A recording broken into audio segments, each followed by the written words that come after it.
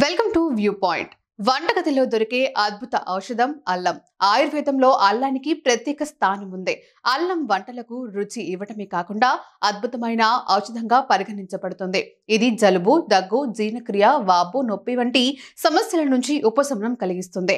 వంటలతో పాటు టీలో కూడా అల్లాన్ని ప్రతిరోజు ఉపయోగిస్తున్నారు. అల్లంలో ఆరోగ్యానికి మేలు చేసే ఎన్నో గుణాలు ఉన్నాయి. కానీ అల్లం అందరికీ సరిపోదని మీకు తెలుసా? కొంతమందికి అల్లం హానికరం అని నిరూపించవచ్చు. ఒకరి శరీర రకం లేదా ఆరోగ్య స్థితి ప్రకారం అల్లం అది సైడ్ ఎఫెక్ట్స్ చూపిస్తుంది. నిపుణుల ప్రకారం అల్లాన్ని ఎవరు తినకూడదో ఇప్పుడు తెలుసుకుందాం. ఆయుర్వేదం ప్రకారం అల్లం స్వభావరీత్యా వేడి గుణాన్ని కలిగి ఉంటుంది. అంటే ఇది శరీర వేడిని పెంచుతుంది. ఎప్పుడు వేడి చేసేవారు అల్లం తినే విషయంలో జాగ్రత్తగా ఉండాలని నిపుణులు సూచిస్తున్నారు. ఇలాంటి వారు అల్లాన్ని మితంగా తీసుకోవాలి, లేదంటే చల్లని స్వభావం ఉన్న ఆహారాలతో బ్యాలెన్స్ చేసుకోవాలి. ప్రెగ్నెన్సీ సమయంలో అల్లం అధికంగా తీసుకోవడం వల్ల వేడి ఎక్కువ అవుతుంది. దీంతో గర్భస్రావం అయ్యే ప్రమాదం పెరుగుతుంది.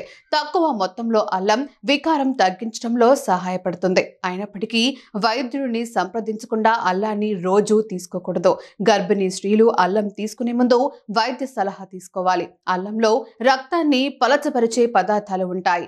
అల్లంలోని కొన్ని సమ్మేళనాలు శరీరంలో రక్తం గట్టగట్టడాన్ని నిరోధిస్తాయి. ఒక వ్యక్తి ఇప్పటికే రక్తాన్ని పలచపరిచే మందులు తీసుకుంటుంటే అల్లం పొరపాటున కూడా తీసుకోకూడదు. అల్లం తీసుకోవడం వల్ల రక్తస్రావం అయ్యే ప్రమాదం పెరుగుతుంది.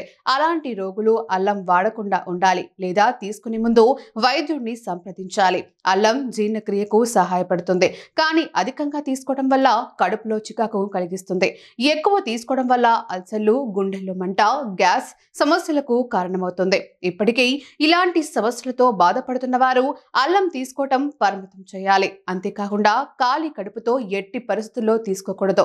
కొంతమందికి అల్లం వల్ల చర్మంపై దురద, వాపు లేదా శ్వాస తీసుకోవటంలో ఇబ్బంది వంటి అలర్జీస్ ప్రతిచర్యలు సంభవించవచ్చు. ఇది చాలా అరుదు, కానీ తీవ్రమైనది కావచ్చు. అల్లం తిన్న తర్వాత మీకు ఏవైనా అసాధారణ లక్షణాలు ఎదురైతే వెంటనే వాడటం మానేసి వైద్యుడిని సంప్రదించండి. అల్లం ఔషధ గుణాలతో కూడిన మూలిక, కానీ మిగతా వాటిలాగే దీనిని సమతుల్యంగా సరైన మోతాదులో తీసుకోవడం చాలా ముఖ్యం.